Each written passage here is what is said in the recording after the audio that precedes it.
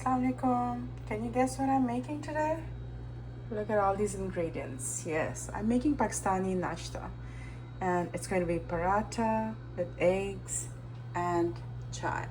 And I'll share the recipe with you as we continue our conversations. Okay, we're going to get started with chai. I took half a cup of water. I'm turning the heat to medium, and I poured some milk, about the same amount of milk, about a spoon. I use loose tea, and I have some cardamom pods and a clove as well. If you want to add some health benefits, you can do that. Now you let it slowly simmer while you make your breakfast. I made some dough. I'm going to use some butter. I like to use ghee, but I don't have ghee with me today, so I'll show you how to use butter. I'm using this flour for dusting. Usually people use the same whole wheat flour. By the way, I'm making these parathas with whole wheat. But if you use whole wheat flour for dusting, it makes a lot of mess because there's like coarse flour in that. So don't use whole wheat, use fine all-purpose flour for dusting. So in order to compensate for ghee, I'm going to take a chunk of butter. This is like 1 tablespoon, and melt it. While that's melting, I dip my hands in a little bit of dusting flour, or you can use some of the butter like that, and that works too, to grab some dough. So I got some dough here, and dip the bottom, make sure the surface is clean, and you just loosely make it into a ball. Dust it in flour again, and you're going to roll it into a small roti, just like this. It doesn't have to be perfect because we're going to re-roll it with the butter in it. That's how we make paratha. So an imperfect roti is still a roti. It reminds me how beautiful rotis my mother used to make, and she wouldn't even use a rolling pin. I think the butter has melted, and I'm going to pour this semi-melted, melted butter, kind of ghee on the paratha. It looks a lot, but that's what adds the flavor, the taste to it. I'm going to take this chunk off because I think it's a little too much. And if you feel that it's too much for you, you can always use less of it. I'm going to just get rid of some of the ghee here.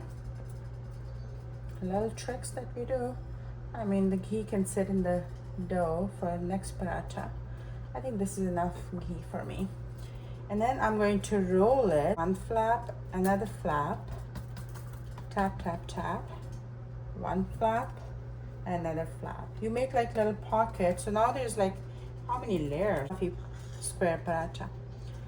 So my mom used to make round parathas. I make square parathas because I like them better. Mom was so good at it that she can make round parathas and they were still so crispy and so good. But I think for me it works better when I make a square paratha. So tap, tap, tap. Or you can leave it for a little bit. If you leave it for a couple of minutes, you can make all the squares and then leave them for a few minutes if you're making for a big family. And when you come back, you don't have to do that much of tapping, and you can start rolling right away. Dust a little bit of white flour here, all purpose, so that it doesn't stick to the bottom. Ooh, the pan seems a little too hot, so I turned the heat off. And I'm starting to roll it. And if it changes a little bit of shape, that's totally fine. It doesn't have to be a perfect square. You're not doing geometry here, you're just making a paratha. And there we go. So here's my imperfect square. When you do this tapping, it makes it a little bigger and gets rid of all the extra dusting flour. And it goes right on the tawa there. As you put it on, you can reshape it a little bit. And there we go. So you can see the paratha is changing color. Put some butter on top, let it melt. Oops, my chai is coming. Turn this off and take it off the heat. I'll put it back on in a bit so that it can boil slowly.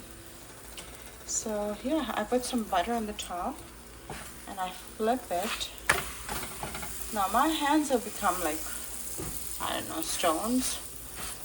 I don't mind the heat, but if you're a young person making paratha for the first time, you might want to use a spatula like this, and that's totally fine. And you let it, you can see it's medium heat. I'm going to let it cook slowly, because when you cook it slowly, it wouldn't burn and it will be crispy. But if you try to haste it, it's going to be burnt and not that crispy. Still simmering, and the paratha is getting ready, and I flip it now. I'm going to let the other side cook nicely, or your spatula. And I did put some butter on the other side too to get a nice crisp paratha. Now I'm going to turn the heat off so that it can slowly cook. Genetic modification that has been done to wheat, that has caused so many diseases. Something that used to be a source of health has become a source of illness now. So now I do eat paratha every once in a blue moon kind of thing. Let's see how perfect or imperfect my fried egg will be on this pan, because I usually make it on a different pan. I have like this frying pan with lid that I use, but today I'm just rushing. I'm like, I've spent enough time on making paratha, so we'll see. It's going to be a burnt butter, sunny side up egg. Let's see how it goes. Cook. Maybe I can put a lid on top so that it can. There. Putting a lid really helps getting a nice sunny side up egg. As you can see, it's ready. If you're the kind who likes it, who likes it cooked on the other side, then you can flip it over. Otherwise, this is ready. So folks, here's my lovely nashta. A paratha, fried egg, a little bit of achar, some pineapple, because I had it, why not? And then some garma garam chai. More on achar another day. Health benefits, huge. But this is my Pakistani nashta.